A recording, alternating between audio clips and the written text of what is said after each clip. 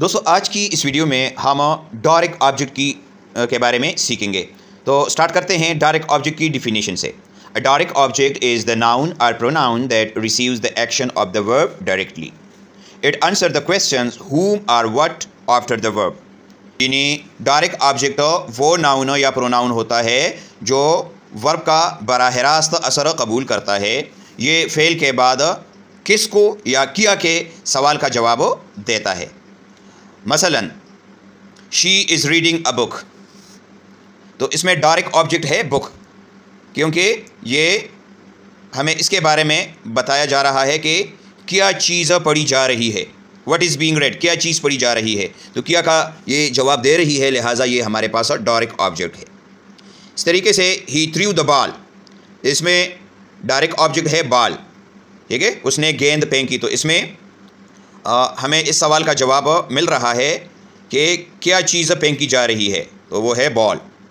Next मिसाल को अब देखें, दे बिल्ट अ हाउस, तो इसमें डायरेक्ट ऑब्जेक्ट है हाउस, क्योंकि ये हमें इस सवाल का जवाब दे रहा है कि क्या चीज़ बनाई जा रही है, तो वो है घर। आई एट एन एप्पल, मैंने एक सेब खाया, इसमें डायरेक्ट ऑब्जेक्ट है एप्पल, यानी क्या चीज़ खाई जा रही है, तो वो है एप्पल।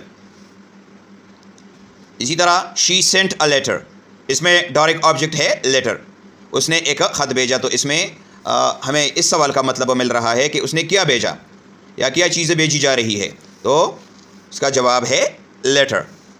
अब हम आते हैं एक्सरसाइज की तरफ। मैं आपको जुमले दूंगा और आपने उससे डायरेक्ट ऑब्जेक्ट निकालना है ताकि आपको इसकी अच्छी तरीके से समझ आ जाए।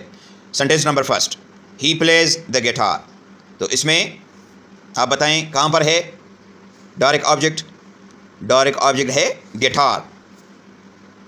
इस तरीके से शी बेक्ड अ केक, उसने एक केक बनाया, तो इसमें कहाँ पर है, इसमें है केक। केक एक डायरेक्ट ऑब्जेक्ट है, क्योंकि ये हमें इस सवाल का जवाब देता है कि कौन सी चीज़ बनाई जा रही है, तो केक।